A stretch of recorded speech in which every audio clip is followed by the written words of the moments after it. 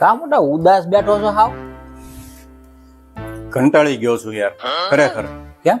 એક બાજુથી આ ગાડી ના આપતા, એક બાજુથી મકાન ના આપતા, પગાર આખો ક્યાં વયો જાય છે ખબર જ નથી રહેતી. ને એમાં પાછા બાપુજીના દવાના ખર્ચા. ક્યારેક તો યાર એવો વિચાર આવી જાય છે ને કે બાપુજીને વૃદ્ધાશ્રમમાં મૂકી આવું. વાત કહું તને, આ ઘરના ને કારના ને ઈ બધા હપ્તા તને ભરવા પોસાય છે,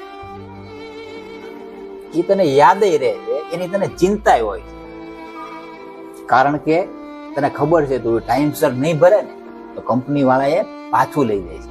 ગાંડા ભાઈ, તું જન્મ્યો ને ત્યારથી અત્યાર સુધીમાં તારા પપ્પાને તને ભણાવવા ગણાવવા માટે થઈ, તારી સારી કારકિર્દી બનાવવા માટે થઈ, તને ભણાવવા માટે થઈ, એવી કેટલી બધી લોનો એ બિચારાએ લીધી અને એના હપ્તા પણ સમયસર ભર્યા. પણ એને આવો ક્યારેય વિચાર ન આવ્યો કે આ બધી હું મહેનત કરું છું, એના કરતા મારા છોકરાને અનાથ આશ્રમમાં મૂકી આવું તો.